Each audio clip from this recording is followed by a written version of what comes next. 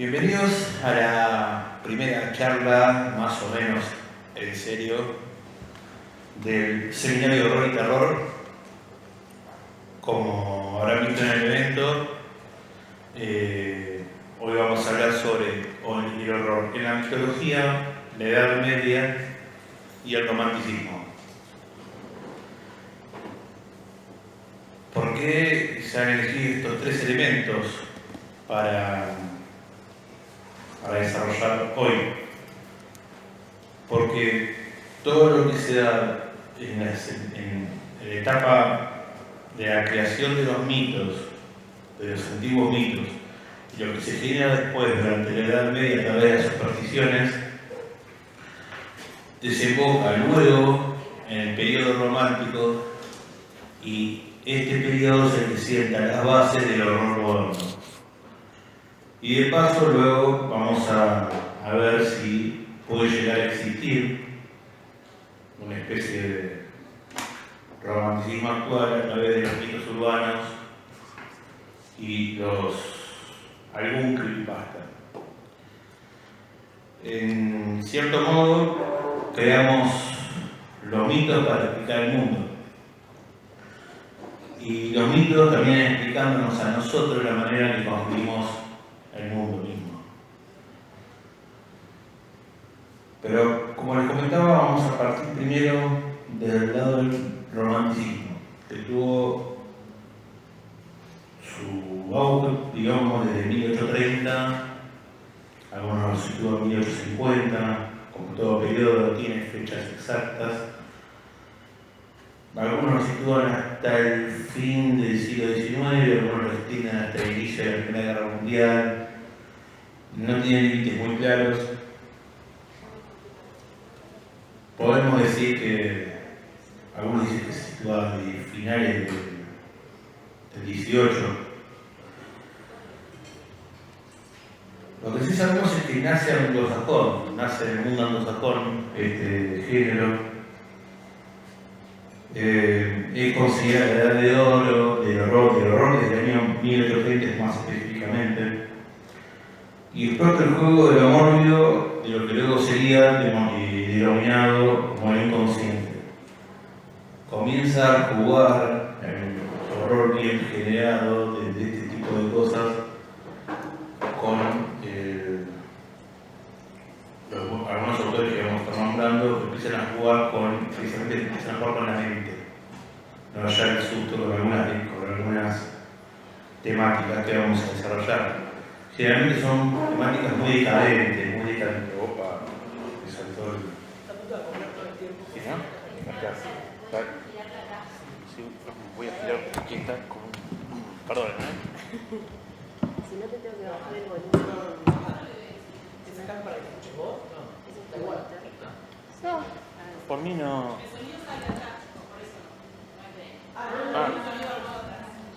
Bueno, no importa, me alejo, hablo un poquito más bajo, aparte lo van a pasar mejor si me escuchan. Algunos temas, y digo acá fijándome, perdón que tengo la vista de la hoja, porque hay una lista de características que son muy específicas. Por ejemplo, podemos encontrar dentro del periodo romántico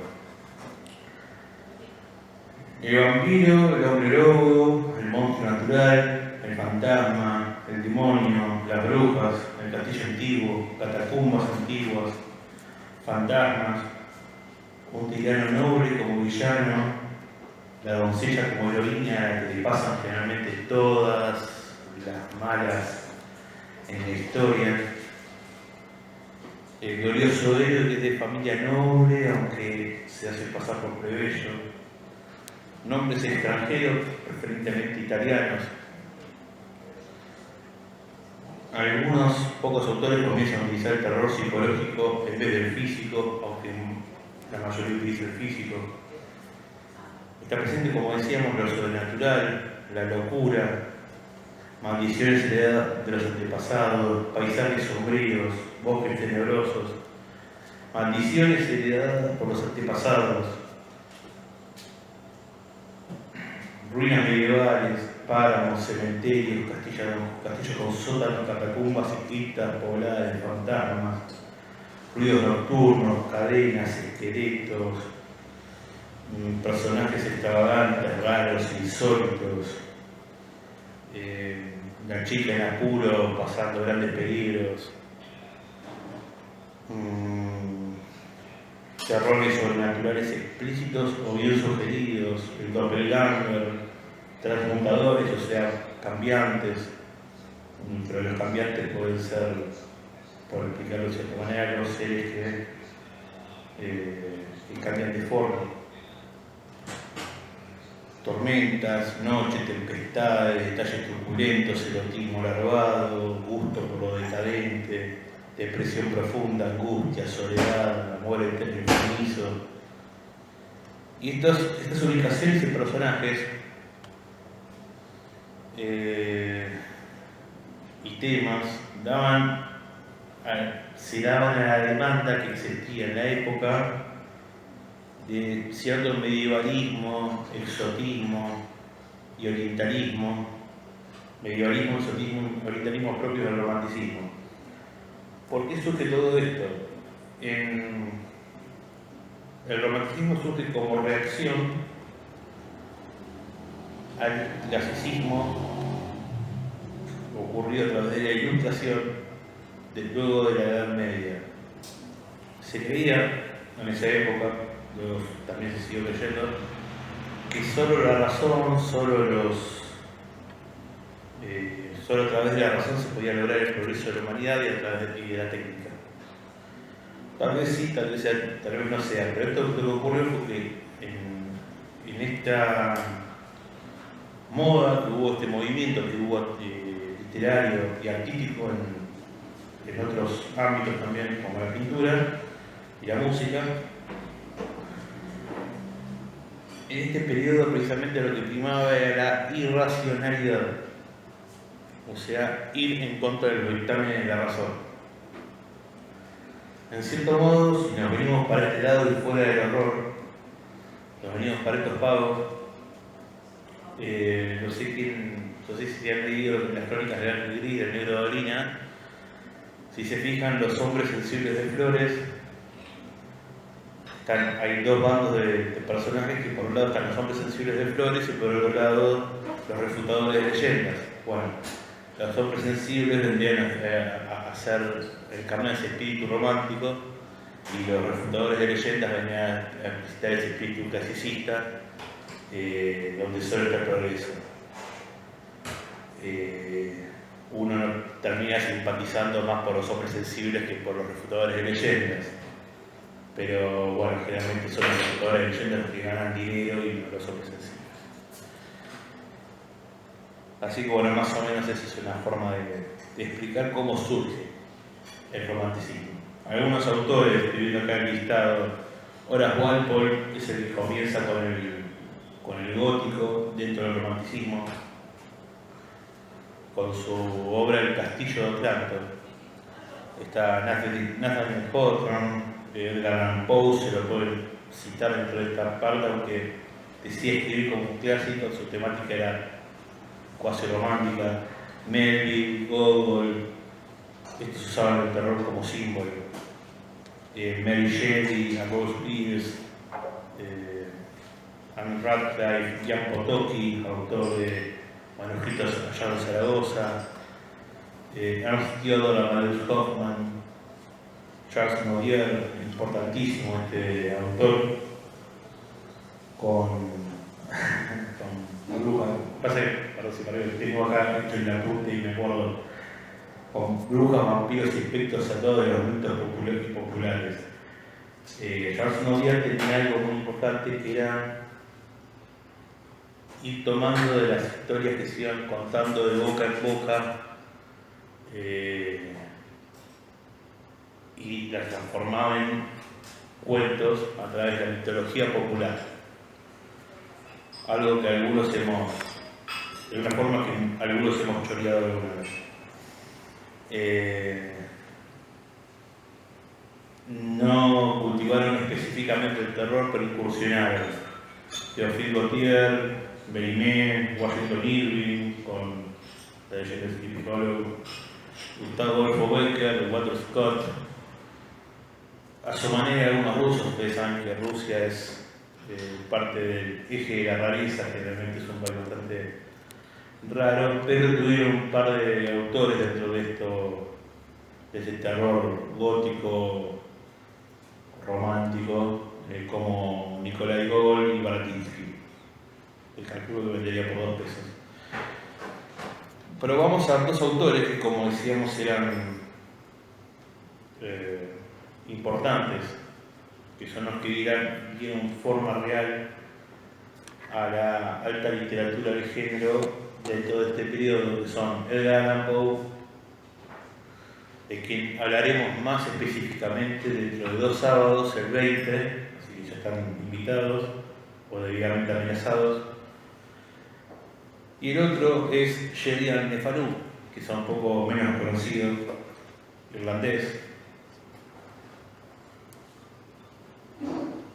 Dieron inicio al buen cuento de terror en su formato breve. Le Fanu, a Le Fanu se lo considera como el creador de las ghost stories, o sea, de las historias de fantasmas, tal como las conocemos hoy en día. ¿Qué es lo que ocurre con ellos, más específicamente? ¿Por qué le dan una vuelta de tuerca y son, digamos, están con un pie en este romanticismo, pero también con un pie en el relato más moderno? No usaban una explicación racional para explicar el mal. No hacía falta explicarlo racionalmente al mal, no solo al mal, no al mal.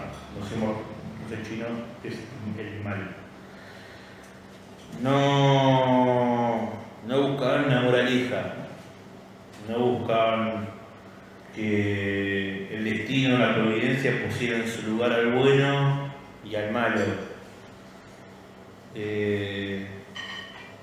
Ellos mostraban el mal crudo como debía ser, pero dando que el terror psicológico y también enfatizando en la emoción del lector y en el ambiente, que son fundamentales en el género, en lugar del susto puro y duro. O sea, en vez de mostrar que una señora encadenada, que es un fantasma muerto hace siglos, en un castillo perdido en el medio de un bosque, no. Los tipos iban a algo mucho más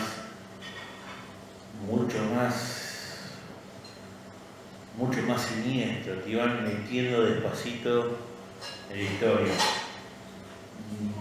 Un análisis interesante es el del corazón delator. Si ustedes se fijan en ese cuento, no hay prácticamente elementos sobrenaturales, es puramente psicológico. Un hombre mató al viejo que cuidaba, porque decía que lo tenía harto el ojo falsamente ciego quizá del viejo, lo corta en pedazos y guarda su corazón ahí debajo de las tablas del piso. Viene la policía alertada por los gritos de algún vecino, alertada por los gritos, quizá algún vecino había llamado, y este tipo del cual no sabemos el nombre durante la historia, los hace pasar. Y ya dice, no, el dueño de casa salió, fui yo, tuve una pesadilla, disculpen. ¿Quieren pasar? Vean, acá está el caudal, está toda la plata, no ocurre nada. Y se quedan los policías y el tipo empieza a sentir un zumbido y luego empieza a sentir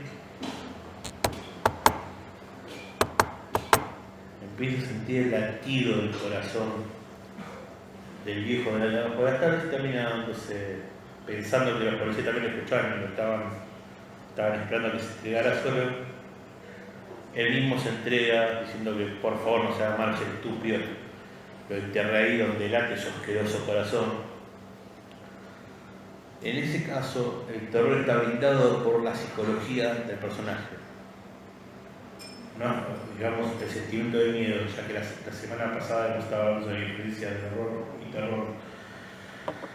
El sentimiento de miedo está dado por la psicología del personaje, o sea, sentimos como la perturbación dada por el clima, por el pensamiento del personaje, no cómo nos va internando precisamente en ese sentimiento que es lo que se da en este género.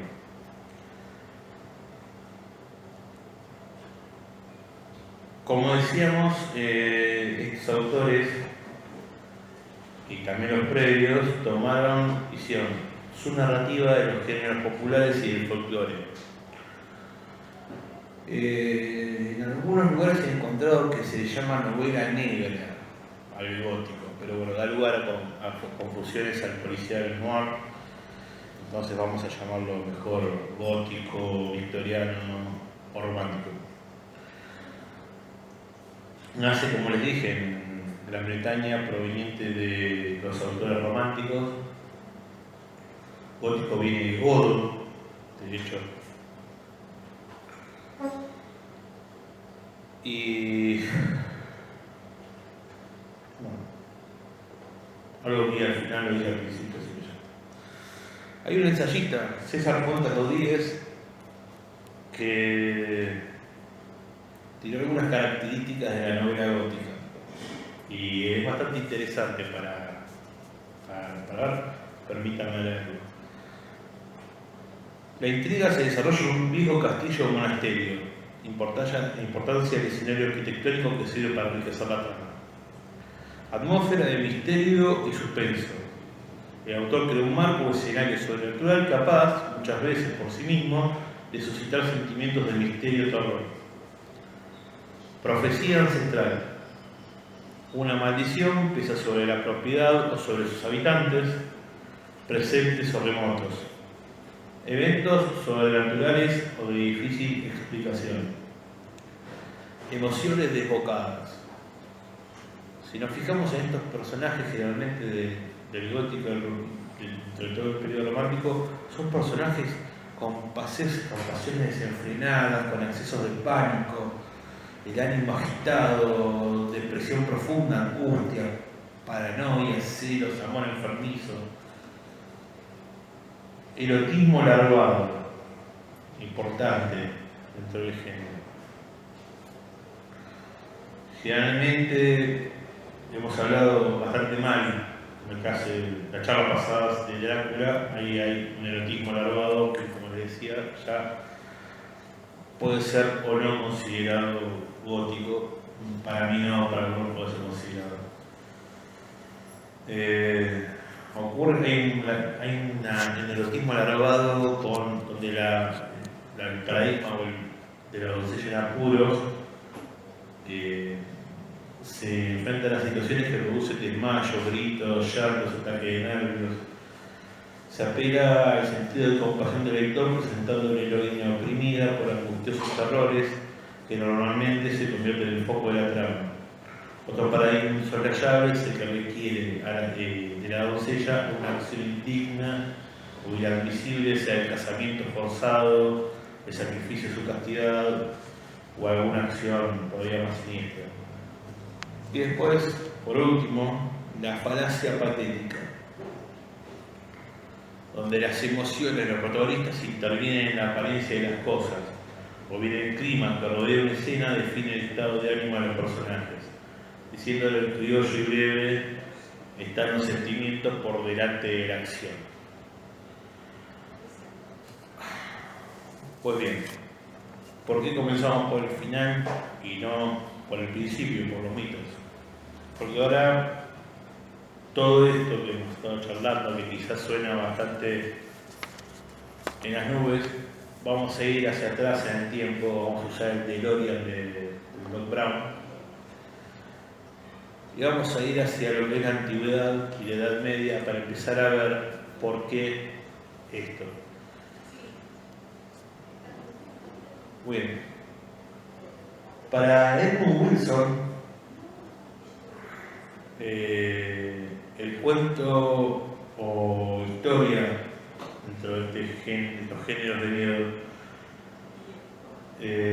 se alimentan primordialmente de diversos miedos naturales del hombre: la muerte, las enfermedades, las epidemias, crímenes.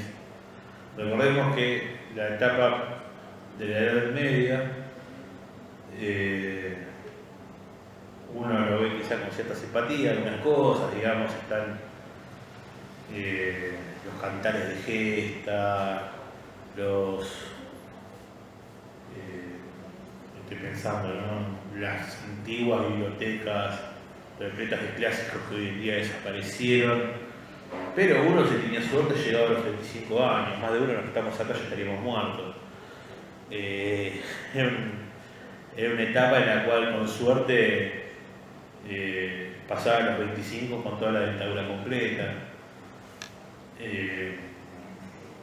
Ya llegar a los 60, 70, que les digo 80 años, era algo milagroso y digno de ser venerable.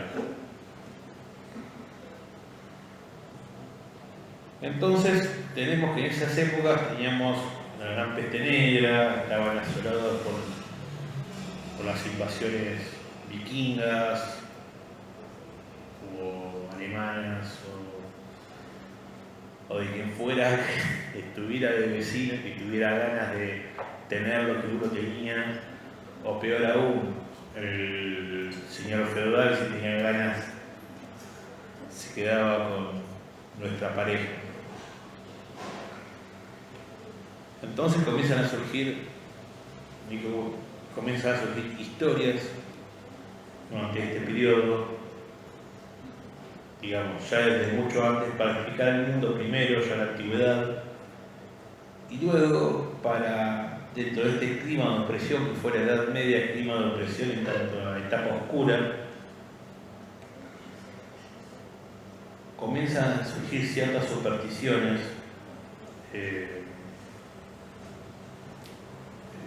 sobre todo, digo, hablando desde la Europa occidental, desde lo religioso, que contribuyen a luego el periodo del romanticismo. Tomamos, por ejemplo, Frankenstein, quizá la obra más importante de este periodo, que el título era Frankenstein o el moderno Prometeo. En el caso de Prometeo, como sabemos, era quien robó el fuego de los dioses, quien lo trajo a los hombres. En el caso de esta obra, lo que hace Mary Shelley es, hablar acerca del científico, precisamente que es el protagonista de la obra, no el monstruo de Frankenstein. Este personaje pretende ser un nuevo Prometeo de los antiguos mitos hebreos. O sea, pretende traer la vida a los hombres y robarla de Dios.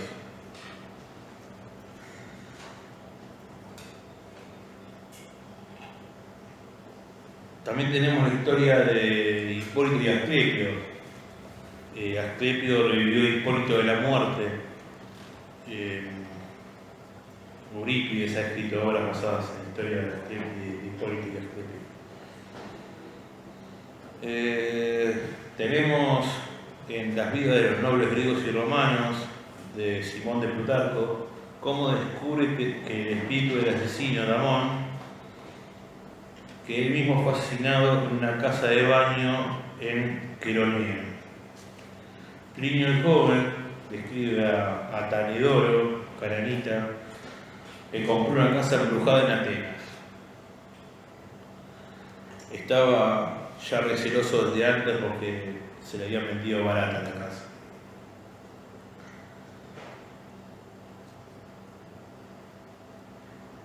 Mientras Atenedoro escribe un libro de filosofía, es visitado por una aparición con cadena, que luego retomaría el romanticismo. La figura desaparece en el patio, al día siguiente los magistrados cavan en el patio y se encontraron una fosa no marcada. Esto es algo que se repetiría por bastante tiempo durante el romanticismo. Yéndose a la Edad Media, como decíamos, con el establecimiento masivo del cristianismo,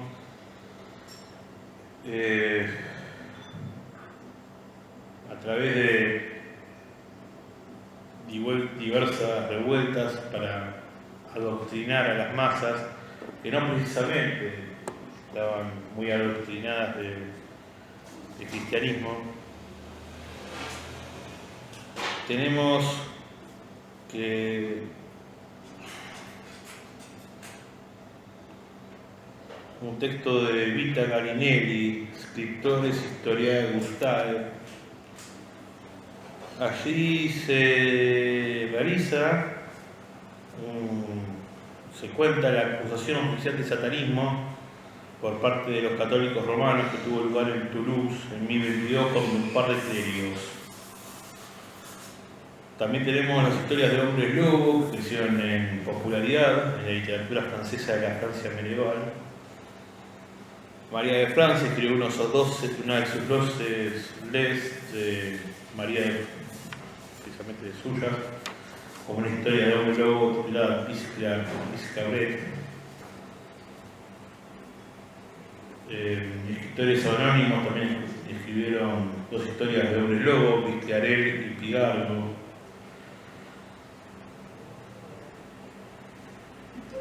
Si nos detenemos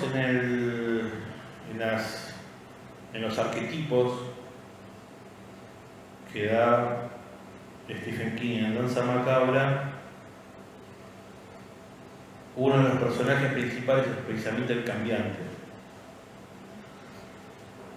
Este cambiante puede ser desde como decíamos, un hombre lobo, o puede ser ya más cercano al terror puro y duro, como el caso de Dr. Jekyll y Mr. Hyde.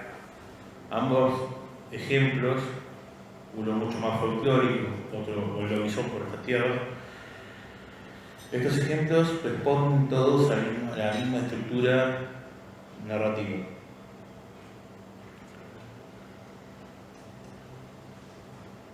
La historia de Drácula se remonta a la Edad Media. Vlad Tepes, también conocido como Vlad III, Vlad III de Valaquia, tenía, como habíamos dicho, la costumbre de empalar a los enemigos clavándolos a todos en altas estacas, no solamente a través del ano, sino por la boca, por diferentes orificios. En eso no se puede negar que tenía imaginación. Una anécdota más que creo también con los turcos. Llega una comitiva de turcos a su palacio. Él estaba en el medio entre los húngaros y los turcos, e iba cambiando de bando conforme se les fuera ofreciendo el poder. Y cuando llega esta comitiva de turcos, ellos no lo vienen con el turbante y Vlad les pregunta por qué no se sacan el sombrero como muestra de respeto ante ellos. Y ellos le dicen que nunca se sacan el turbante. Entonces lo que decide Vlad es clavarles los turbantes en sus propias cabezas y obviamente se mueren desangrados los tipos. Ese personaje fue el que fue uno de los personajes en el que se basó luego Bram Stoker para hacer Drácula.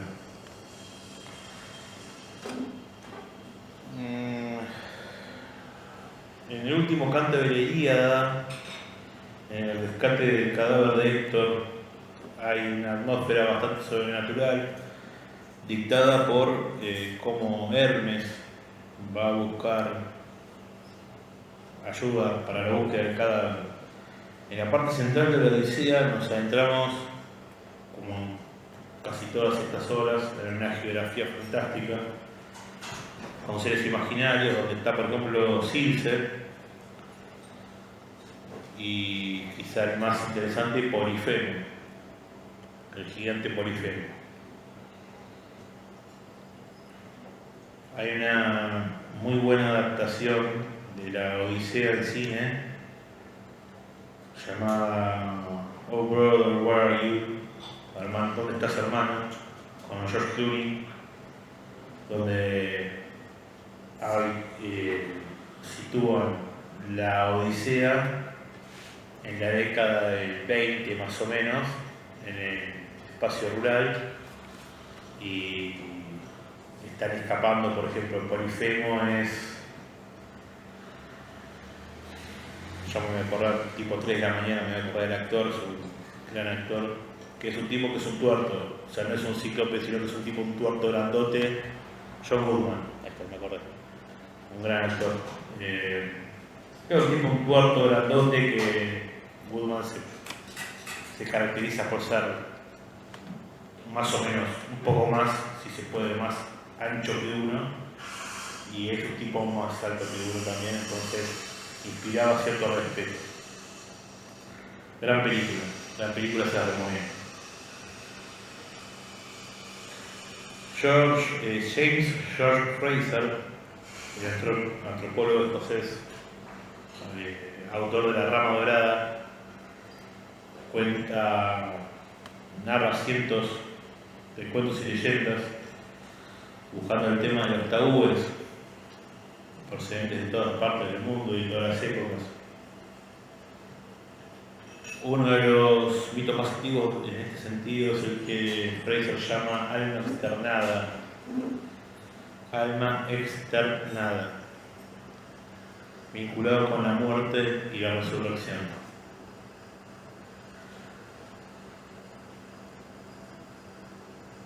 En el cuento de miedo popular se va entrecomillando de cierta manera el mal,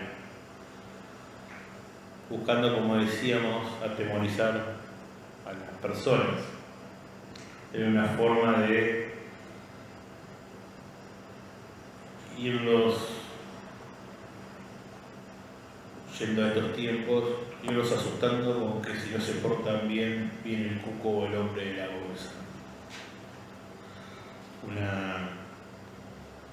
Una pedagogía bastante dudosa, pero bueno, que todavía se sigue utilizando.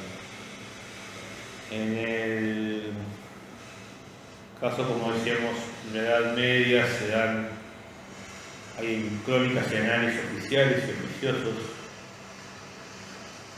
historias donde narran supersticiones sobre ogros, aparecidos, brujas, duendes, vampiros, hombres lobos, seres y animales malditos.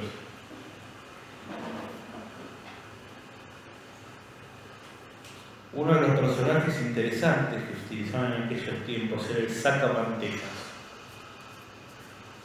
que ya tiene un nombre para nosotros quizá un poco gracioso, ¿no? El sacamantecas. Uno que piensa, ¿no? Ya con la cara que están nos quieren robar la manteca, no. Este ser que actuaba como una especie de cubo de aquella época, sobre todo en una zona de España, era un ser que, los personajes vampíricos, que es otro personaje arquetípico, no hace falta que sea el conocido vampiro chupasangre, sino que tiene que ser cualquier personaje o elemento que nos quite la energía. No importa cuál sea el tipo de energía, lo que se considere en determinada época y lugar.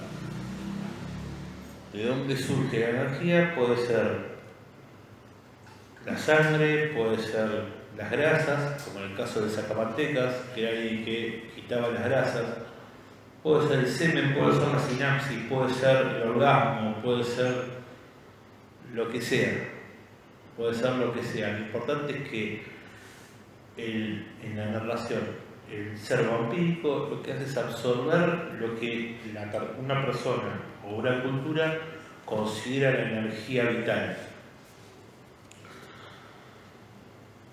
Ese tipo de personajes es el sacamantecas. Portate bien o va a venir el sacamantecas y te va a sacar todas las grasas. Conmigo tiene para 5 años, pero bueno. Y en tanto a esto, vamos a finalizar con una frase de un libro de Frank Dorman llamado Historia de la Brujería del año 1971. Dice: tanto se elevaban por los aires sobre escobas como sobre machos cabríos, el volar podía ser peligrosa para las brujas, ya que el tañido de la campana de una iglesia podía robar su aéreo vehículo. Una bruja llamada Lucrecia fue quemada después de confesar que cuando regresaba del sábado, su demonio la arrojó sin contemplaciones al oír el toque del Angelus. Esto es lo que hoy en día se llamaría periodismo puro y duro. Pero bueno, ya que llegamos hasta estos tiempos, ¿por qué no empezar a tocar algunos mitos? A ver si con esto comprendemos un poco más por qué los puntos que hemos tocado del romanticismo. He elegido algunos mitos conocidos y algunos mitos un poco más desconocidos. Busquemos algunos mitos a través de un amigo con antepasados por aquella zona. Mitos del norte de España, esto es País Vasco, Galicia, Cantabria, Asturias, que me estaba olvidando. A ver si hay algún asturiano aquí que me quiera pegar después. Tenemos, por ejemplo, el tartalo, en Euskadi, vamos a Euskadi, en el País Vasco, un cíclope antropomorfo, gigantesco, con un ojo en la frente pero con una característica especial, parece que tenía otro en la nuca. Se lo solía ver por Navarra. Este tártaro, no tártaro, me quiere salir de esdrújula la palabra, pero en realidad es grave, tártaro, es perverso, de instintos salvajes y muy agresivo. Debe ser pariente mío. Acá veo que no, tenía un anillo mágico que le servía para controlar a sus presas, como si fuera uno de los gemelos fantásticos. Al grito de ¿dónde estás? O non hago por parte de Tartaro, el anillo respondía Emen Nago, aquí estoy, digo yo con mi vasco del interior, lo que delataba a su presa. El gahueco es otro ser vasco. Es no solo la representación de la noche, sino también es el dios de las tinieblas. Se lo representaba como una presencia invisible, un lobo negro, Otzobelta u Otzobalza, se me complica el bajo, que a veces se levanta sobre dos patas u otro tipo de animal como la vaca, la lechuza o la oveja. Podemos deducir que al igual que otros personajes de la mitología vasca, era un cambiante, o sea, cambiaba de apariencia. El cambiante está presente en casi todas las culturas. En la cultura guaraní, no recuerdo el nombre exacto, estaba lo que sería el hombre yaguareté, el hombre que se transformaba en yaguareté. En fin, su reinado comenzaba a la noche, terminaba al amanecer. Durante ese momento,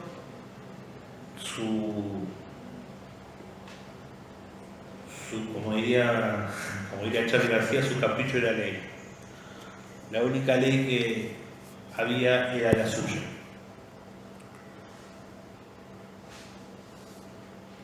Se le atribuyen multitud de hechos escabrosos, como suele ocurrir con estos hombres lobos. Está en Erensuge, un dragón, que es lo que significa Erensuge en euskera, volaba dejando un rastro de fuego y haciendo un sonido aterrador. Se alimentaba de caballos, burros y a veces raptaba a seres humanos y los ahogaba. ¿Se los comía o simplemente los hacía enloquecer? Porque no sé qué es peor. La Zorgina es otro personaje vasco, que quiere decir bruja busquera. Generalmente las atribuyen como asistentes de Mari, otro personaje del folclore vasco, para hacer pagar cara a la mentira. Nene, no mientas o viene la Zorgina.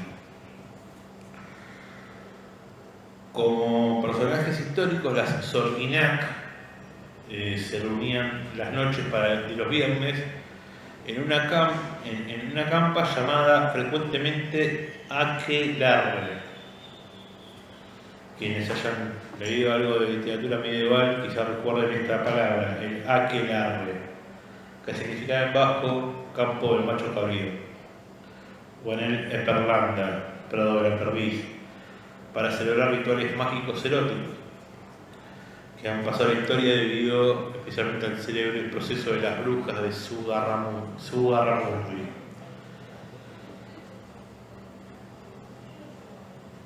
Y siguiendo con este tipo de historias, el Akervels, o el Aker, de donde viene precisamente la palabra Aquelarre.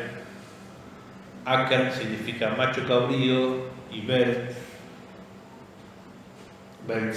negro, o sea, el Akervels vendría a ser el macho cabrío negro en vasco. Era un espíritu de la mitología popular que había ahí, que vivía en el interior de la tierra. En el cristianismo, espero que, menos mal que no vino, a ver si lo tenemos atrás, un amigo, menos mal que no vino Juan Idiazábal porque me estaría pegando con la pronunciación del vasco. En el cristianismo, el Akervels fue identificado con el demonio y los aquelarres como las reuniones del sábado de las brujas. No sé si algunos recuerdan la pintura de Sale Velázquez, posiblemente me estoy equivocando, en el cual está el macho cabrío Goya, exactamente Goya. Donde está el macho cabrío erguido con las brujas alrededor. Muy interesante. Interesante y fascinante.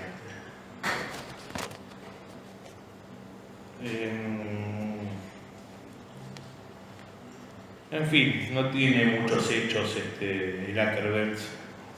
Quizás se haya perdido con la cristianización, pero parece que era un protector de los animales y tenía algunos paralelismos dentro de los mitos grecolatinos con Dionisio en tanto a los excesos y Pan en términos sexuales. Pues bien, como decíamos, el Aquelarre proviene de este ser, en la etimología.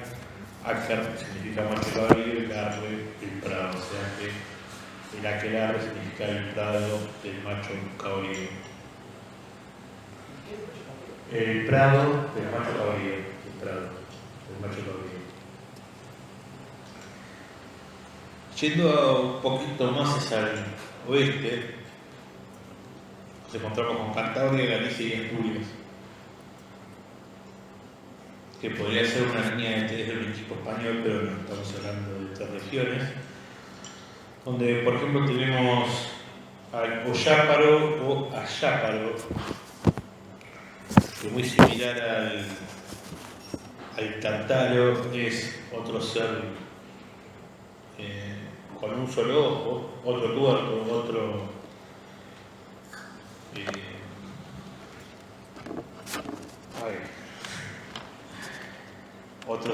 otro ser con un ojo en una frente y otro en la nuca. Y se dice que sus mujeres son peores que ellos. Yo luego doy la bibliografía y no se la dan conmigo. Se dice que se asemeja a los cíclopes clásicos, y se dice que el ojo trasero de uno de ellos, Valar, Carlitos Valar, era terrible porque provocaba el mal de ojo y podía compararse esto con la medusa. Aquí llegó Valar. Pues bien, las lavanderas, digo yo cortando con cualquier clima cuasi académico, que no es la intención que lo sea, o inclusive de horror, haciendo recordar al gran Carlitos Valar. Las lavandeiras eran otros espíritus de la mitología gallega.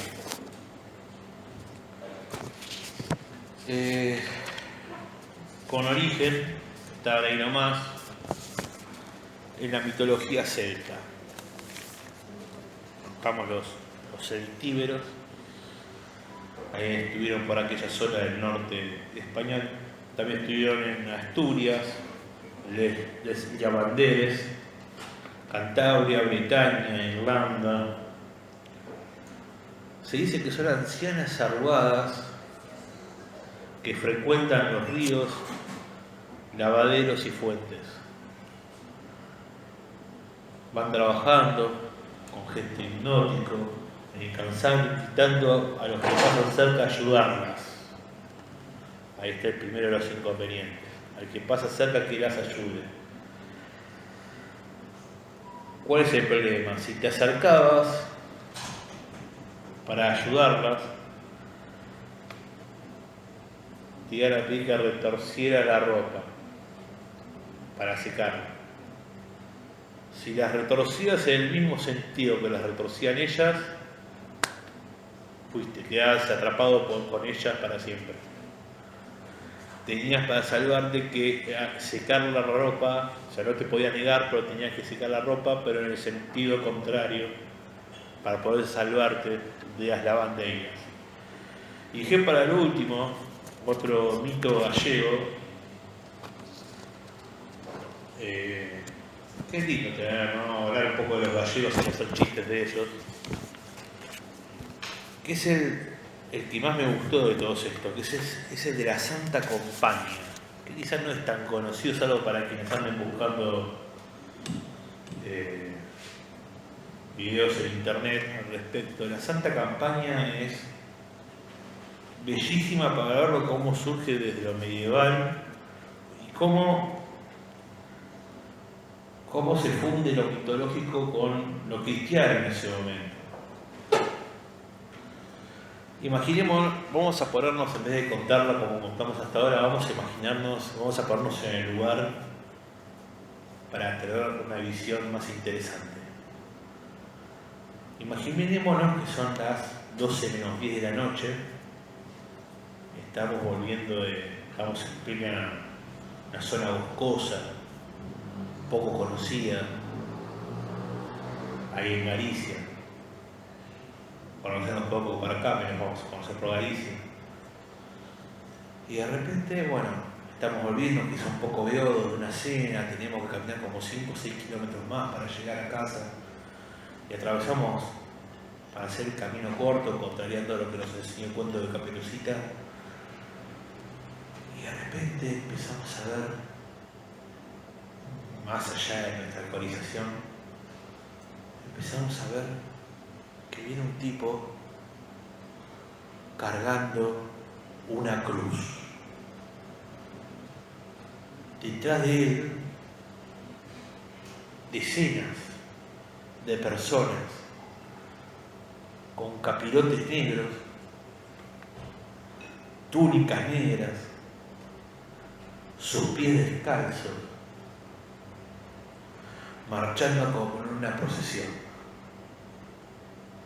Al encontrarnos con este pobre desgraciado que va cargando la cruz, este tipo nos mira aliviado, nos da la cruz, vemos que los otros seres son espectrales y no nos queda otra cosa que, ahora librado este tipo de la cruz que tenía que cargar, nosotros somos los que tenemos que cargar esa cruz noche tras noche hasta que encontremos a estos pobres desgraciados del camino que pueda ocupar nuestro lugar. Ese mito de la Santa Compañía Bueno, no es una gran historia, no tiene muchos giros argumentales,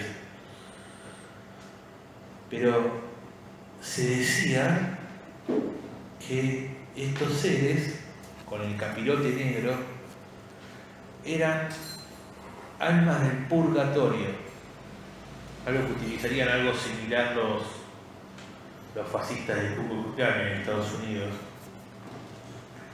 salvo con el capirote blanco. Eran almas del purgatorio que salían a la medianoche y alguien tenía que llevar su cruz, alguien tenía que llevar la cruz. Entonces, estas personas tenían que peregrinar hasta que alguien pudiera, a través de los rezos, llevarlas para terminarlas decidiendo para un lado o para el otro.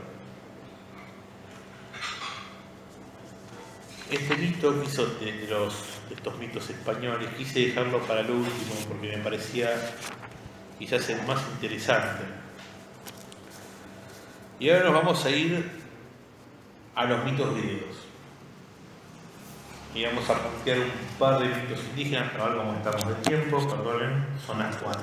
Sigamos a llegar. Los mitos griegos. Los mitos griegos, hay componentes que incitan, o que tienen, hay mitos griegos que tienen componentes horrorosos. Uno de ellos, quizás uno de los iniciáticos, si queremos armarlo de una manera cronológica, es, valga la redundancia, el mito del destronamiento de Cronos. Como en el tema de Cronos. Cronos era el tiempo, los mitos griegos.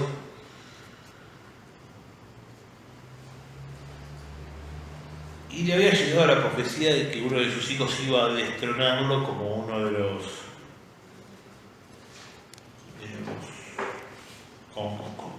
como el rey del universo. Entonces, ¿qué ocurre? Cada hijo que tenía con su esposa lo devoraba. Como el tiempo devora cada uno de los momentos de la vida. ¿Qué ocurría? Uno de sus hijos logra escapar, nace, lo vence y le obliga a vomitar todos los hijos que se había devorado antes. Entonces reparte entre dos de sus hermanos, Hades y Poseidón, se reparten el mundo, Poseidón en el mar, Hades por debajo de la tierra, siendo el dios del inframundo y dándole su nombre precisamente al inframundo griego, el Hades, y Zeus sobre el resto del mundo, sobre los cielos y la tierra. Hay otro cuadro también de Goya, donde está Cronos con el rostro sacado de locura, sacado precisamente totalmente transfigurado, con un pedazo de un hijo saliendo, o sea, cómo se los iba comiendo. Otro cuadro excelente que si quieren mostrarle a un sobrinito cuando se porta mal. Después tenemos, bueno, las Parcas, Ares, que iba junto a Fobos y Deimos en las guerras. Recordemos, Ares, aparte de ser el dios de las descargas ilegales por internet, el dios de la guerra, e iba en cada una de las... Él no tomaba partido jamás por nadie, a él lo que le interesaba era ver cómo se prendía fuego todo. Iba junto a sus hijos, que luego en la astronomía le pusieron sus nombres a los satélites de su romanización, o sea, digamos el Ares griego es el Marte romano, y le pusieron el nombre de los hijos de Ares a sus dos satélites precisamente, Fobos y Deimos, el pavor y el terror, porque allí por donde pasaba Ares, allí por donde pasaba la guerra, pasaba el horror y el pavor. Están la historia de Demeter, Tyche, Némesis, la diosa de la venganza, Hay unos versos muy interesantes que había hecho en el cuento de Dorina llamado En Colaboración, que cita una colaboración entre un poeta clasicista y un poeta tanguero. Entonces era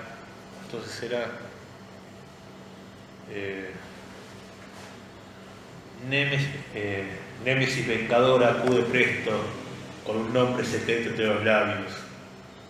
Olvido no ha borrado los arabios. La diosa, en cuanto está bien dispuesto, que un poco retifló con el escabio, va, busca la mina y le da el pesto. Eso sería una forma de colaboración entre Némesis y un tanguero. Alguien tendría que escuchar, que escribir algún día un tango sobre Némesis. Bueno, esta historia de Tifón, la de Atlante y Prometeo, el diluvio de Deucalión, donde aparece la historia de Licaonte. Licaonte era un rey. Un día llega Zeus a su casa, disfrazado. Como saben, Zeus tenía dos virtudes. Una de tener hijos a mansalva como Maradona, y la otra, la de disfrazarse. Y a veces hacía las dos cosas, se disfrazaba y tenía relaciones para ser un poquito menos que el Diego. Porque los maradonianos lo bancamos más que a Zeus. Y resulta que se le apareció en la casa a Licaonte, y Licaonte lo reconocía con su disfraz. Y resulta que había algo que no podían hacer los dioses, que era probar carne humana. No podían probarla. Entonces Licaonte le ofrece de un hijo que había fallecido, entremezclado ahí, la carne de un hijo. Y el dios se da cuenta, y en base a los rasgos de Licaón lo convierte en lobo, en un lobo antropomórfico. De allí surge la palabra licántropo. Licántropo, o sea, hombre lobo, surge de este mito de Licaón. Tenemos el mito del rey Midas, que había pedido el deseo de convertir todo lo que tocara en oro, y finalmente no podía beber, no podía comer, porque todo lo que tocaba efectivamente se convertía en oro. Está el mito de Narciso. Narciso, como recordamos, aparte de ser una patología que se buscó a través del narcisismo, a través precisamente del mito griego, el mito de Narciso era un joven que era extremadamente bello y, bueno, bastante querido, era un Cristiano Ronaldo de aquella época. Y el tipo, bueno, un día se estaba mirando frente a un espejo de agua. No había espejos, obviamente, así que solamente te podías guiar lo fachero o feo que eras a través de lo que los otros decían o lo que veías en un lago, si estaba calmadito. Entonces se está admirando su propia belleza, narcisísticamente precisamente, digo yo con tantos adverbios de manera inapropiada, y una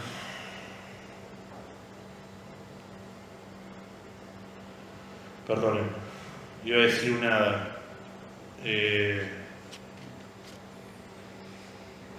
pongámosle no era una hada, pero un ser similar, cuyo nombre no recuerdo ahora, y lo anoté aquí en el apunte.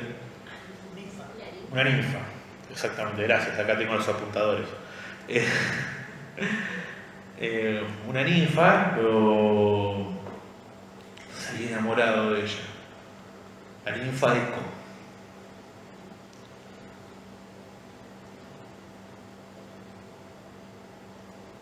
Sea un juego de idas y vueltas, que no viene al caso porque sonaría muy a comedia romántica, en el cual obviamente Narciso, como buen narcisista, que podía ser otra cosa que narcisista, ya que era él, va rechazando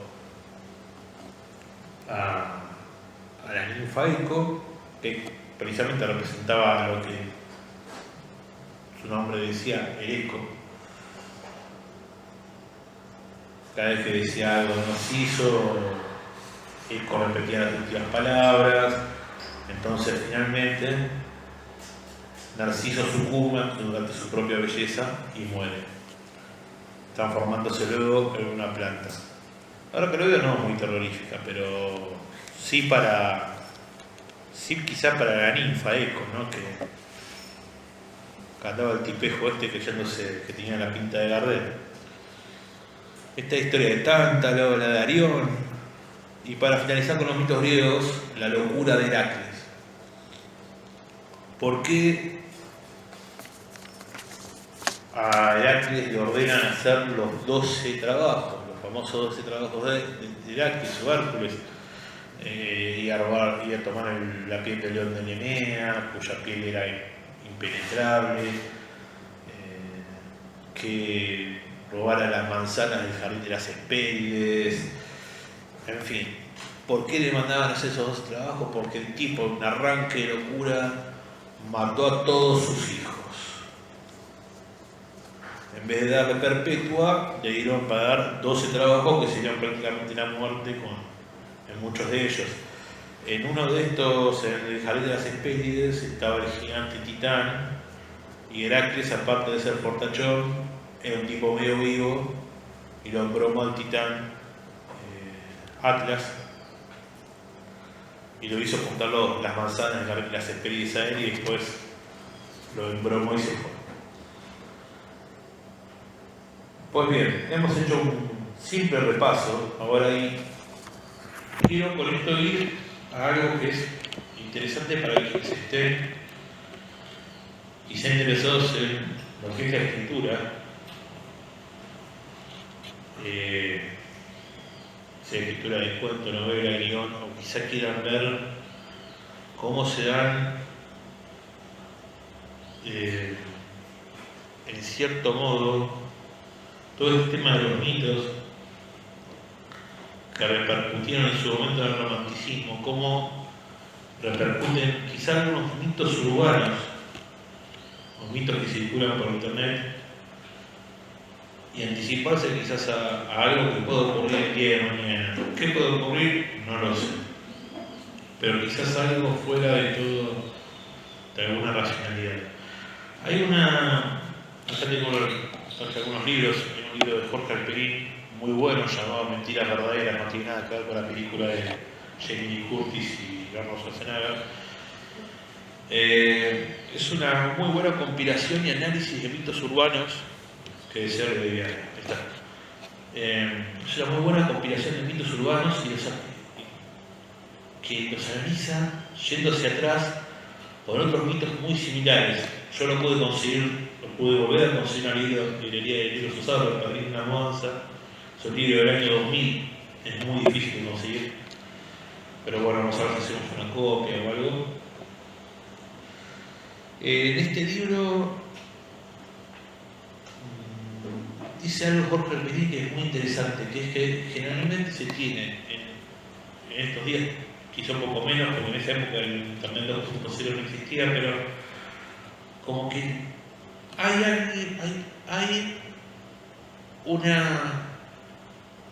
hay un sector que es creador y un sector que es meramente receptor. Que quizás era el paradigma que ocurría con la radio, con la TV, con la internet previa, que hoy quizá un poco con el internet 2.0 ya no se da tanto, se va entremezclando. Que había una visión de que había unas personas que eran artistas que creaban historias, y otras personas que estaban solamente, que solo lo único que podían hacer era sentarse y leer, sentarse y escuchar. Pues acá yo, por ejemplo, llamo charlas porque ahora vamos a empezar a interactuar mitos que se les ocurran a ustedes. Porque eso no se da, no es verdadero. Algunos de estos mitos urbanos tienen una complejidad. Por ejemplo, hay uno que quiero haberlo contado el sábado pasado, es el mito del besado con papas, que es un mito que es peronista y antiperonista a la vez. Si alguno de nosotros nos sentamos a pensar una historia que sea federal y unitaria, peronista y antiperonista, macrista y kirchnerista, a la vez terminamos asesinados o suicidados como Nisman. Y ahí tenemos otra cosa hermosa. Pero sin embargo la sociedad lo creó, ese mito urbano. En la época de la víspera de la muerte de Eva Perón. Hice un punteo acá de algunos mitos urbanos, algunos me voy a detener a contarlos, porque tienen una cosa muy interesante. Ahora está en auge, que no lo anoté acá, los terraplanistas, ¿no? Los famosos terraplanistas. Tipos que dicen que, o gente, mejor dicho, gente, no sé, porque si no son tipos siempre muy diciendo que son un solo género. Gente que dice que la Tierra es plana. Dice, pero vos ves, no, flaco, yo se ve la curvatura de la Tierra porque estamos desde el origen. No, pero vos fijate que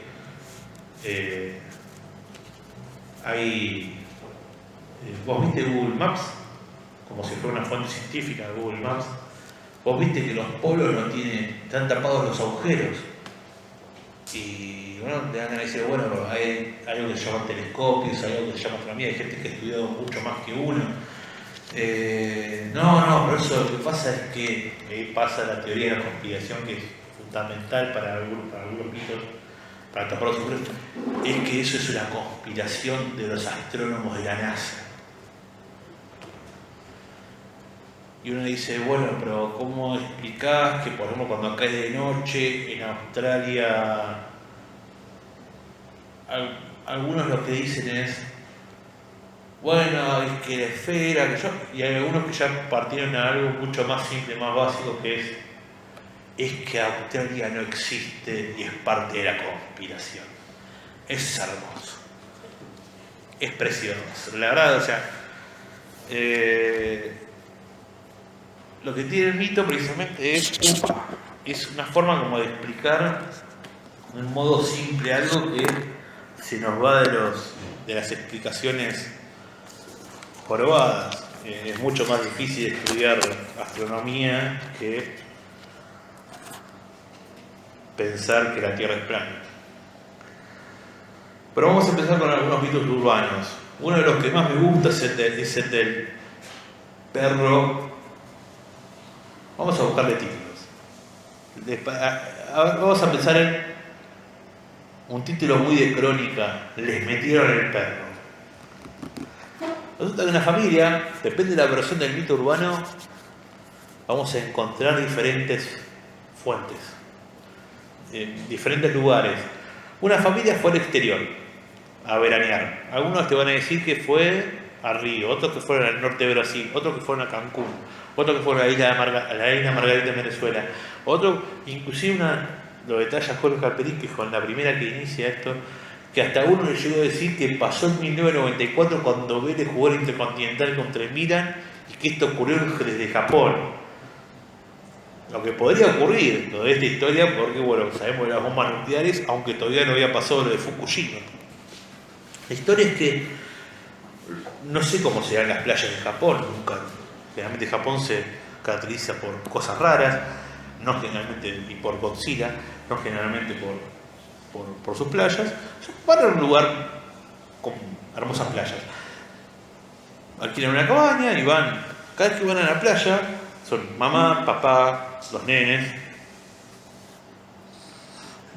Cada vez que van a la playa se encuentran un perrito chiquitito, cujito, medio chihuahuado, pedito cortito. Y los nenes se encariñan, le dan algo de comer, el perrito los sigue hasta la playa. Cuando vuelve el perro vuelve con ellos. Y así todos los días que están en la playa.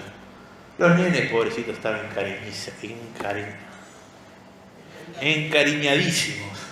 Hasta que le queda hacer un neologismo. Con el perrito y con el padre, eso como dice, bueno, lo llevamos en el avión. No sabemos cómo lo llevan en el avión. Pensemos que es pre-2001, donde supuestamente se podía hacer cualquier cosa. Y logran meter a este perrito y lo llevan a la casa. Llega el domingo, deciden salir toda la familia, tenían un gato en la casa, tenían un gatito. Deciden salir un día y cuando vuelven, este domingo, cuando vuelven a la casa, Madre Santa, todas las paredes manchadas de sangre, el gato destripado, casi lo que quedaba del perro ahí todo. La agarran, los calzan en el auto, y se van, perdón por lo poco académico de los calzan en el auto, y se lo llevan al veterinario de confianza. Cuando se lo llevan, el veterinario de los ojos de par en par y dice: ¿qué es esto? Y le cuenta la historia, lo que pasó, pero señor, esto no es un perro, esto es una rata gigante.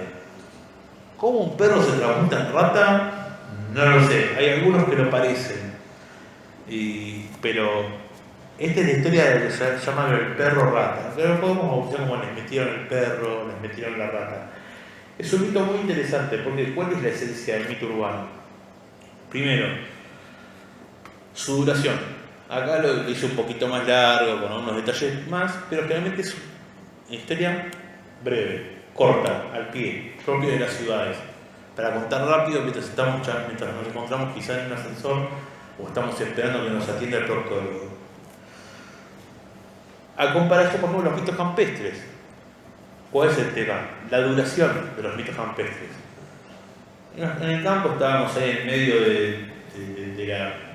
alrededor del fuego, por ahí alguno estaba planteando una guitarra, estaba esperando que se termine de hacer asado y había mucho más tiempo. Entonces se hizo una historia del amor ánima, del pumbero, del pómbero, de un montón de historias que son interesantes, pero tienen mucho mayor desarrollo. Y si nos vamos mucho más para atrás, ya las historias adquieren mucho más complejidad, porque había mucho más tiempo. En el caso de los mitos urbanos, tienen que ser rápidos. Rápidos para contar, rápidos para recordar, fuertes para que quede en la memoria y luego despedirse y que quede la historia. Está el mito, de Tarzán, que es una historia bastante... ¿No hay niños? No. No hay niños. Perfecto, bueno, lo podemos contar. El mito de Tarzán es una marca de casas prefabricadas, como serían hoy en día, no sé, alguna marca de casas prefabricadas que haya ahora, La Solución. Es como se ve en casa linda La Solución.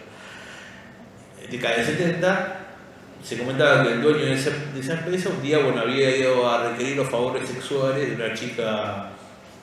Resulta que la joven estaba arrodillada, estamos suponiendo que era lo que estaba haciendo, y le da un ataque de epilepsia justo en ese preciso instante, por lo que cierra los dientes, corta, y el tipo, algunos decían, este es lo que tiene el mito urbano, que tiene una multiplicidad de versiones. Unos llegan a decir que el tipo terminó en el hospital porque había muerto desangrado, cosa que no había hecho, porque un compañero de Jorge Alpedín luego en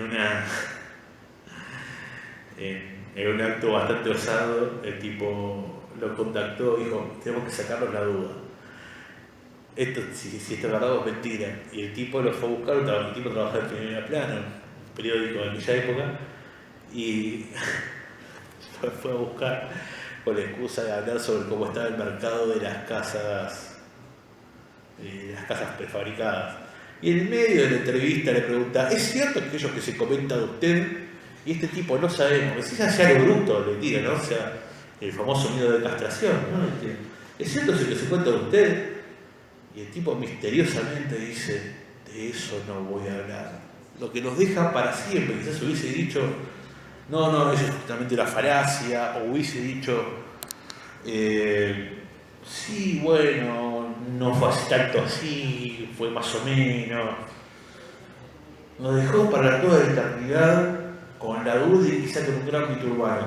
Lo relaciono el pelín con el mito de la vagina, con el tema de la vagina dentada, por ejemplo, mucho. Y es muy interesante el análisis que logra. Y también con el tema del miedo a la castración en el hombre, que es muy interesante. Es muy interesante. Tenemos los mitos del SIDA, ¿no? Cuando surgió en su momento se lo llamó la peste rosa, pensando que solo por ser homosexual te agarrabas el SIDA. Pero en tanto a los mitos, muy interesante, obviamente eso terminó siendo una estupidez garrafal, a mí me han surgido algunos mitos alrededor del SIDA. Por ejemplo, 2 mitos en torno a las agujas. Uno es el mito de las agujas en las butacas del cine.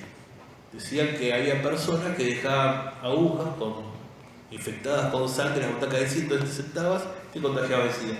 Y la otra eran, los más grandes la recordaremos, los que hemos usado teléfono público, cosa que hoy en día ya está prácticamente extinta y por los que Greenpeace no hace nada.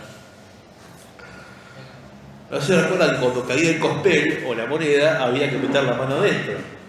Para como se cortaba o si nos quedaba. Bueno, decían que ahí también dejaban agujas. En una época, en los 90, se había puesto de moda un modo de asalto que era me acuerdo, el robo a taxistas con supuesta jeringa. El asaltante estaba con una jeringa con sangre o con algo que pareciera sangre y decía, amigo, o lo que siguiera en los 90 era amigo, es más de esta época, que tengo SIDA, dame toda la guita o toda la tarasca o lo que sea. Eso es verdadero, me acuerdo haberlo visto, pero estaban esos mitos. Y después, uno un poco más elaborado, que es el del hombre que se levanta una chica, o es levantado por una chica, como se le ocurre la mayor parte de las veces.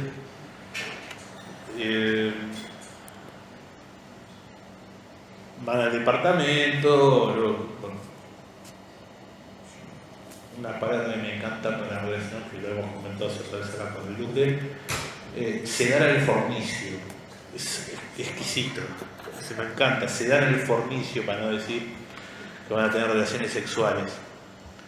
Tal vez el fornicio lindo, pero cuando hay nenes que por ahí no entienden pintarse al que quedan los dormidos, bueno, supuestamente los dos dormidos, él se despierta, la chica ya no está, y cuando él va al baño, vestido con rouge en el espejo, bienvenido al club del SIDA.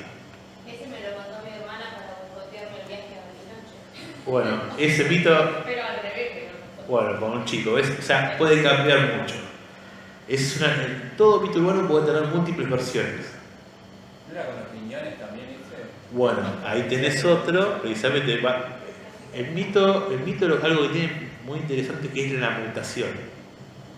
El mito urbano muta, por esto de que va y porque no todas las sociedades tienen el mismo miedo. En el caso de los riñones era también 2 personas se encuentran, van al departamento, se dan el fornicio, ya lo tenemos acá como que sabemos que queremos decir contarles el fornicio, y de repente aparece el hombre que tiene un absceso y no recuerda qué pasó, y después se despierta y está en la bañadera llena de hielo y con un papel donde dice, llama al 107, era emergencias en esa época, las emergencias médicas, si me equivoco, o era bombero, no me acuerdo, o 103. El tema es que llama y le habían, de manera misteriosa que siguiera vivo, le habían sacado los 2 riñones. Algunos te pueden decir que uno, pero le habían sacado los 2 riñones, ya te cagás muriendo, aparte con hipotermia. O sea, no tiene sentido. Pero bueno. Es otro mito urbano muy interesante que lo tenía precisamente abajo de ese. Después, el de la dama de blanco, que es muy interesante. Yo lo he hecho a cuento que ha ambientado. Yo lo escuché por primera vez ese mito urbano. Tendría 7, 8 años y lo escuché en los alrededores del cementerio de la Loma, del cementerio de Alem. Después escuché el mismo mito cerca del cementerio de la Recoleta. Y después investigando vi que es uno de los mitos urbanos más diseminados en todo el mundo. Lo he hecho cuento ambientado acá, como les decía, se puede dar ese tipo de apropiaciones, algunos le llaman choreo, pero yo lo llamo apropiación del mito como hacían en el periodo romántico. El mito de la dama blanco es así. Lo voy a contar inclusive con un complemento que es el complemento del mito de Rufina Cambaceres, porque hay que junta inclusive dos mitos para hacer uno solo. Rufina Cambaceres era una chica de muy buena posición, hija de Eugenia Cambaceres, su madre española. Tenía el día que cumplía 19 años,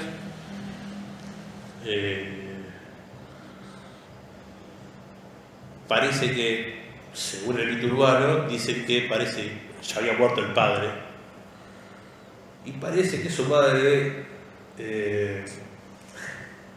se daba el fornicio con su novio médico. Es la tercera vez que estamos hablando, como en el sexo está muy presente en los mitos. Se está dando el fornicio con su novio.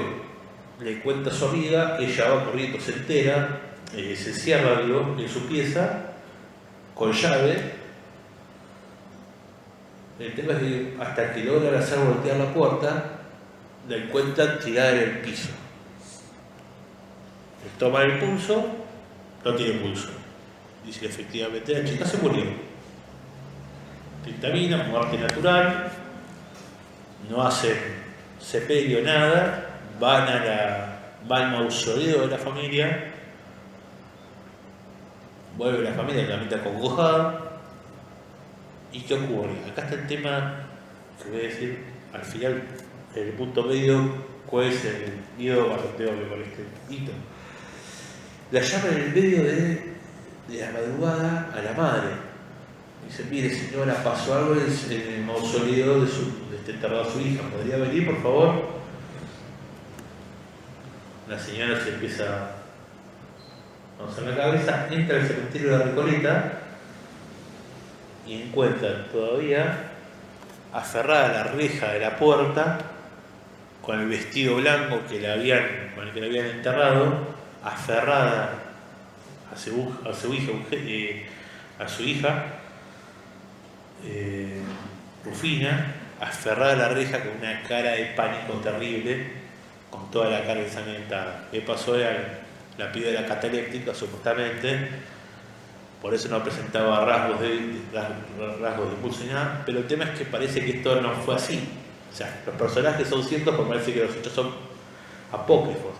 Lo que está ahí latente es el miedo a morir al entierro prematuro, a que te den por muerto. Es un miedo que está latente en prácticamente todos. Hay un cuento muy bueno de Powell, el entierro prematuro. En este caso, lo que hicieron es el mito, ya por cómo se hacían los cajones en aquella época, era ya casi imposible que saliera, si estuviera viva, que saliera del cajón, por más que estuviera en un mausoleo. Primero va un cajón de latón, luego el de madera que está cerrado, y luego tiene que abrir, si se fue a eso, tiene que abrir la puerta de madera, y el último escollo que va a tener va a ser una puerta de una reja. O sea, le saltaba el peticito. Si quieren buscar la imagen, se puede encontrar la imagen del mausoleo de Rufina Cambaceres, que tiene precisamente una estatua de ella en la puerta. La cuestión es que la historia esta la unión a el de la dama de blanco, que es que un hombre se da acá en el cementerio de Alem y se da en el cementerio de Recoleta, un hombre que va a un boliche, ve a una chica vestida con unas ropas un poco antiguas, blancas, pero no importa, una chica hermosa, muy linda, se puede llegar a quitar el balcón, es justo, es la mina ideal, se recontra enamora, sale. Ella no le dice dónde vive, pero el tema es que ya era invierno y hacía mucho frío. Entonces él le da el abrigo que tiene. Se lo da a la chica, que se lo pone, le dice, te doy mi número de teléfono, llámame. Le da el número de teléfono. pibe se da recontento. Otro día la llama y la atiende la vieja. Dice, mire, llamaba para hablar con fulana. No, mirá, no puede ser.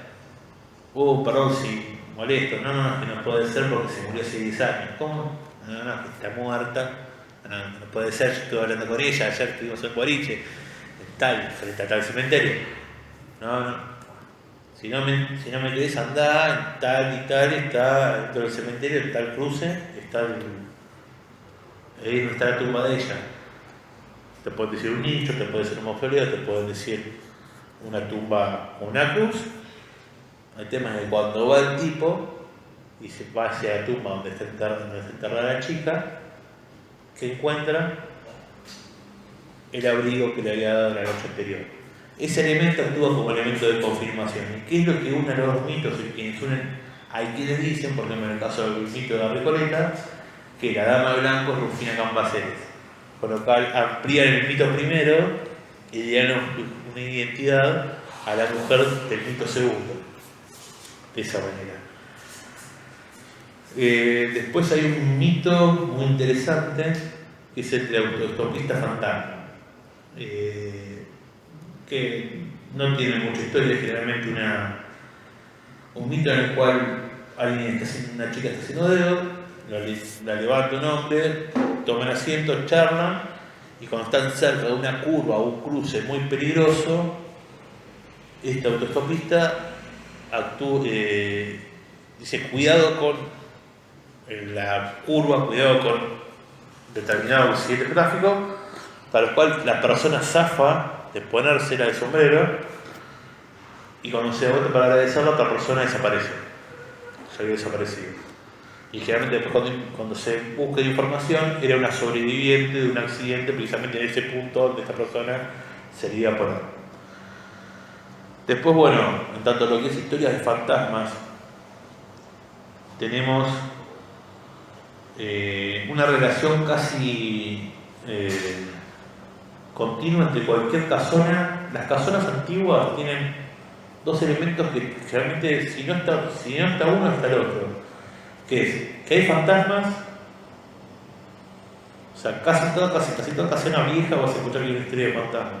Yo estoy viviendo en una casa muy vieja y tenía 3 historias de fantasmas, de verdad. 3 historias. Yo no vi nunca nada, pero tenía 3 historias. Una casa de 1913, no acá sino en Corrobón. Si no, el otro elemento es el elemento del túnel. Van a decir, tal casa tiene unos túneles.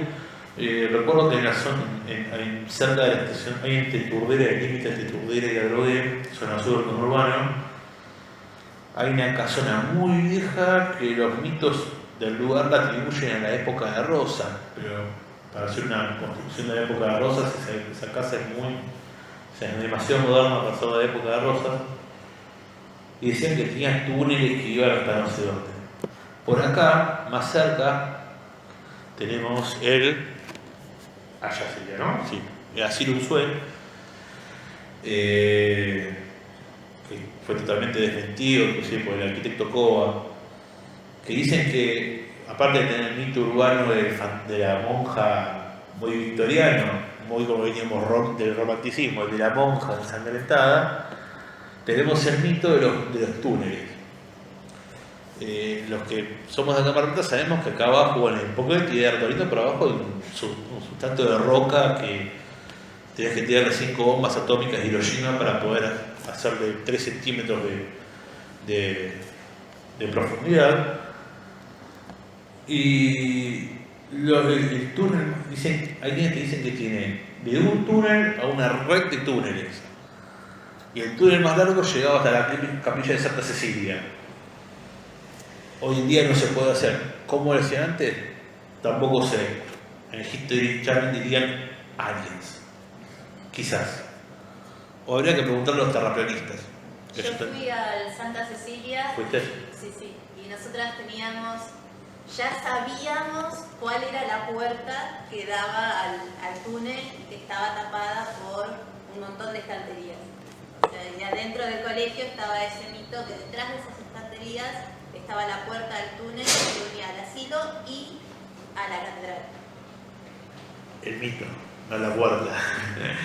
Se decía que la puerta, porque es algo muy interesante. De chicos estamos más predispuestos a creer el mito. Yo sé, porque con el tiempo nos volvemos más descreídos. Pero de chicos está ese tema del que te cuentan no, porque tal cosa. Las famosas, o sea, yo de chico nunca me pude trepar ni un árbol porque siempre fui bastante torpe, pero el que se ha metido en una casa abandonada porque decían que había fantasmas en tal lugar, de chicos estábamos más predispuestos a todo este tipo de historias. Que llegue desde Santa Cecilia hasta la catedral, es difícil también, también por el desagüe, no lo sé, pero desde el Unzué hasta la Santa Cecilia es casi imposible. Aparte que si te fijas, no tienen, o sea, ¿cuál es el sentido? Son dos edificios religiosos, no tienen más que esa unión, no tienen mucho sentido. Bueno, ya me he pasado, bueno, estamos ya casi sobre el límite. Vamos a ir un poquito más rápido. El primer fantasma argentino, se puede decir, la primera historia de fantasmas fue la de Juan de Osorio, que era el lugarteniente de don Pedro de Mendoza en la primera fundación de Buenos Aires. Pedro de Mendoza tenía dos lugartenientes, Juan de Ayolas y Juan de Osorio. Juan de Osorio era más popular, Juan de Ayolas entre los oficiales más altos. ¿Qué pasó? Juan de Ayolas le tenía bronca y la Game of Thrones, o sea, lo mandó a matar. Entonces dicen que por eso esa primera fundación de Buenos Aires fue tan desastrosa, porque el mismo Juan de Osorio se encargó de que fuera todo para atrás. Tal vez hoy, muchos años después, podamos echarle la culpa de que el país ha andado tan mal por siglos a Juan de Osorio. Así nos libramos de la culpa de nuestros votos. Después está el mito del bebé asado con papas, un mito bastante hermoso, al menos desde lo mítico. El mito del bebé asado con papas es, como les he comentado, un mito peronista y antiperonista. Yo lo he comentado, un mito difícil de construir. ¿Por qué peronista y antiperonista? Es un mito que tuvo su auge en el año 49, 50, 51. Cuanto más se acercaba en el tiempo hacia el 51 y hacia la muerte de Eva Perón, más auge tenía. ¿Qué es lo que ocurría? En esta historia es una pareja, un barrio acomodado, tiene un bebé, la mujer no da abasto para cuidar al chico, el padre trabaja en el ejército, deciden contratar a una mujer. Y acá se da este tema, esta dicotomía interior Buenos Aires que se da con el tema del peronismo, ya en la época del peronismo, y venía ya desde mucho antes. Contrataron a una chica para que trabaje en casa del interior, que no tiene muchas referencias. ¿Qué ocurre? Un día decimos, podríamos salir, un día le dejamos con el nene, dejamos al nene con ella, para que lo cuide. Deciden aceptar, salen, vuelven y ven todo demasiado iluminado. Ven demasiada luz, los recibe y vamos a ir analizándolo punto por punto. Ahí tenemos la dicotomía de la famosa, lo que sería la cabecita negra, como decían los godrilones en aquella época, que empieza a trabajar en la casa. Hay una relación de poder entre los amos y sirvienta. Hay una posición tomada. Y tenemos que cuando entran a la casa, los recibe la sirvienta, podemos decirlo desde el punto de vista de ellos, con el vestido de novia. Ahí está una de las formas de ver la figura de Eva Perón en aquel momento. Realiza Mary Langer, una psicoanalista. ¿Qué decía? Se ve la figura de Eva Perón porque era la mujer del interior que vino a ocupar el lugar de las patronas del país. Le dice, pasen, vengan, siéntense como en su casa. Eso es algo muy interesante con el mito. Pasen y siéntanse como en su casa. ¿Quién dice eso? El que es dueño de la casa. La hace pasan y viene después desde la cocina con una bandeja donde está adornada la comida, y trae un bebé, el bebé de la familia, asado al horno. Bastante cruento. Pero ¿cuál es la historia precisamente acá? ¿Por qué peronista y antiperonista? Recién estuvimos viendo la parte de gorilones. O sea, el peronismo, van a decir los gorilones, es lo que nos viene es decir, que viene a matar a nuestros hijos, es lo que viene a ocupar nuestro lugar y matar al pueblo. Pero si lo ves del lado peronista, la otra mujer, la madre, ocupa el puesto de la mujer que nos está abandonando. La madre que nos abandona. ¿Qué estaba ocurriendo precisamente? Eva Perón, que era medio regordeta con esos bucles, al último pesaba 30 kilos, pobrecita, o sea, si uno no peronista, ¿no? Si una persona estaba con un cáncer avanzadísimo, tenía que usar un arnés para sostenerse de pie y le ponían ropa. Estaba consumida por el cáncer, entonces ¿qué ocurre? Era la madre nutricia a la cual bebimos demasiado y nos va a abandonar. Se nos va la viejita, nos abandona. ¿Y qué pasa cuando nos abandona? Viene alguien y precisamente la pasamos horrible. Es una forma de análisis muy interesante, es una historia, por eso paso yo, que se puede ver de los dos lados. Después, bueno, el mito del auto robado con el cadáver, que es muy interesante, que es el de una familia. Hay un cuento de Cortázar cuyo título, ahora no recuerdo, no lo noté acá, donde se muere la abuela de la familia y bueno, los hijos deciden, ella no era del lugar donde muere, pero la tienen que llevar al pueblo donde quería ser enterrada. El tema es que no pueden costearse un servicio fúnebre, entonces ¿qué hacen? La maquillan un poco, la sientan en el puesto del acompañante y se van en el auto. La cuestión es que cuando llegan a una estación de servicio, bajan a comprar algo, otro baja al baño. Cuando salen, ven que el auto no está más. Con muerto y todo. Alguien no solo se robó el auto, sino también que se llevó a la abuela. Es un mito que andaba circulando bastante también. Después, bueno, todos lo hemos escuchado hablando de cadáveres. El mito urbano de Walt Disney, que está congelado hasta que surja algún, si no me equivoco, cáncer de pulmón. Era cáncer de pulmón, si no me equivoco, y bueno, supuestamente está congelado criogénicamente hasta que se encuentre una cura del cáncer, al menos del pulmón. Esto fue desmentido varias veces. Después algunos mitos peronistas, que eran el de los encuentros sexuales de Perón, que esto es algo interesante porque, como se sabe, Perón era estéril. Hay quienes aseguran que también era impotente, pero sin embargo se lo lleva al paroxismo cuando fue uno de los festivales de cine acá en Mar del Plata. Dicen que había inclusive fotos con una Gina Lollobrigida totalmente complacida, abrazada al general, y otros en el cual decían que había tenido un encuentro sexual con Archie Moore, campeón, un morocho, campeón mundial de boxeo en aquella época. Y después el otro mito urbano que se veía generar en aquella época era el de la máquina.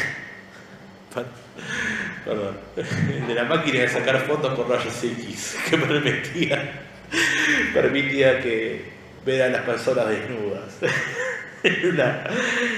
Una inocencia hermosa. Después hay un mito que es el de la muerta del ascensor. Una familia a principios del siglo, cuando todavía el ascensor era, o finales del siglo pasado, cuando todavía el ascensor era un lujo, tenía una casa de 2-3 pisos, entonces tenía un ascensor de esos antiguos, y cuando se están por ir otra vez, el papel de la trabajadora del hogar tiene inconvenientes, cuando se van a ir de vacaciones, entonces ¿qué hacen?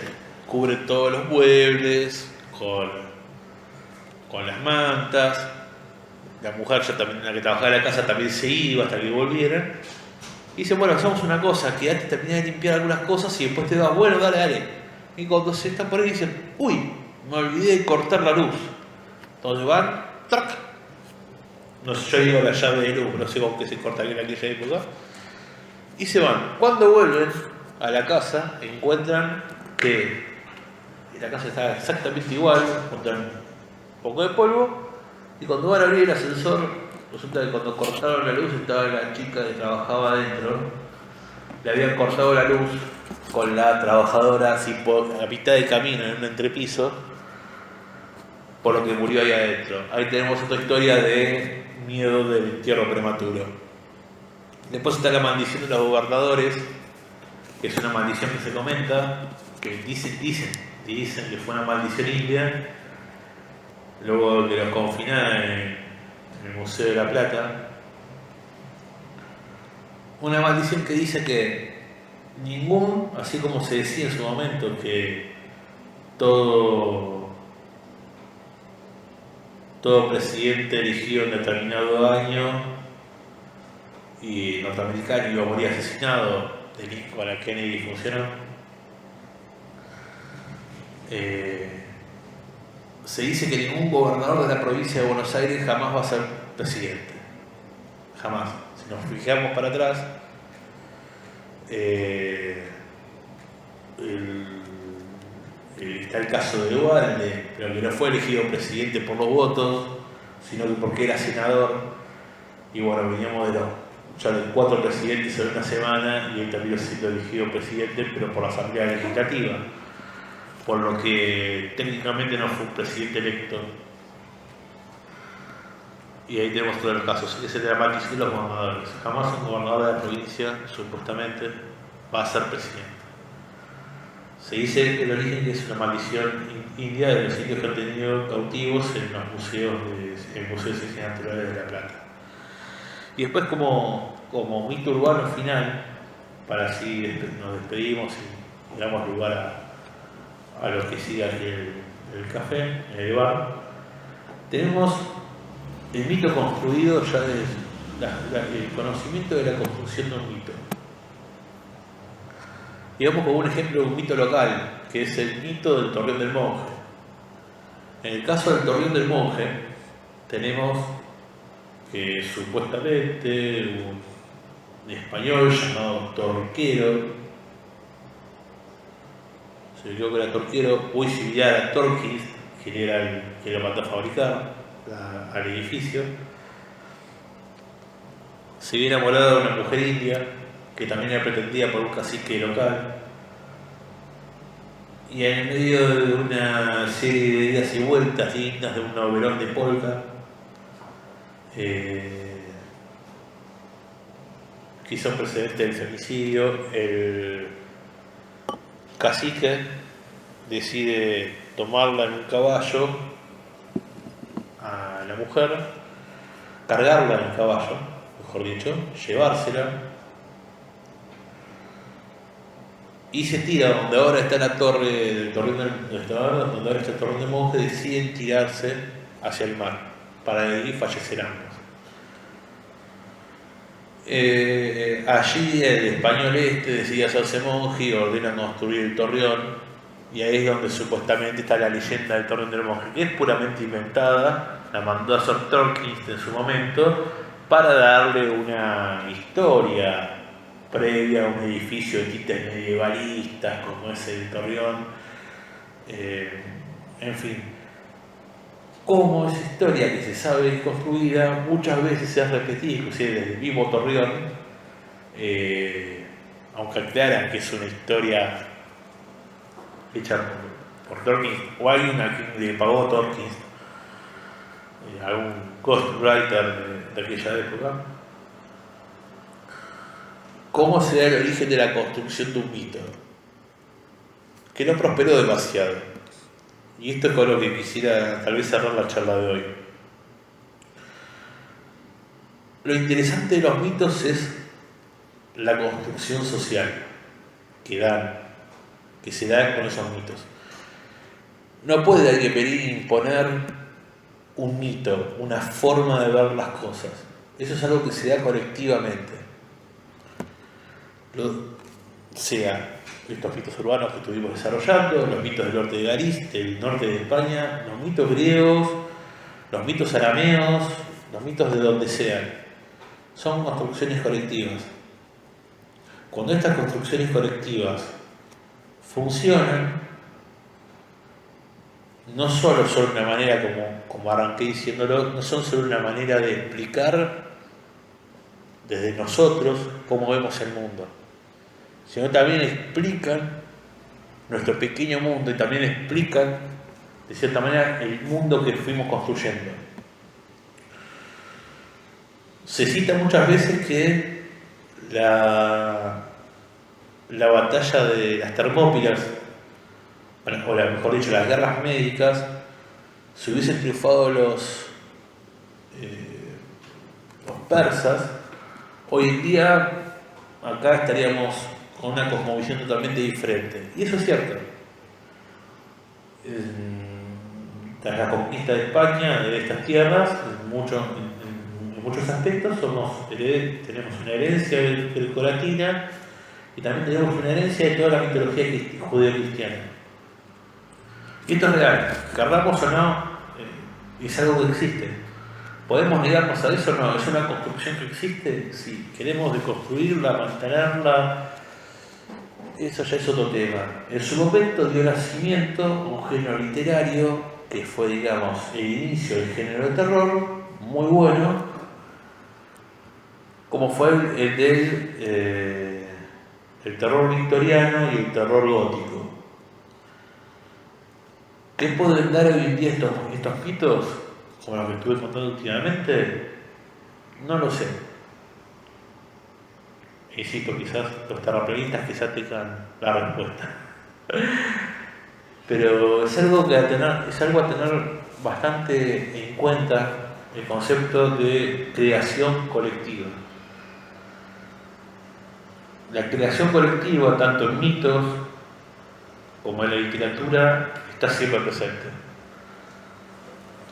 Muy pocos de nosotros podemos decir que hay una historia que es enteramente original. Hay algo de lo que se abreva que hice conscientemente siempre a la hora de hacer algo. Así que bueno, con esto les quiero agradecer. Esto ha sido la charla número 1.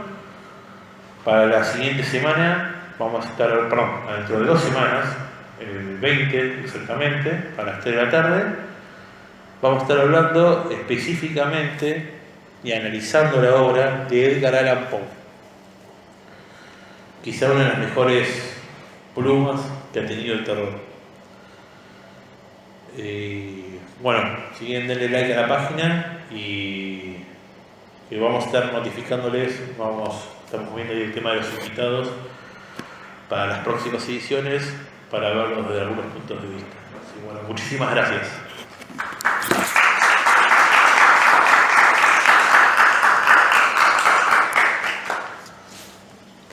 Para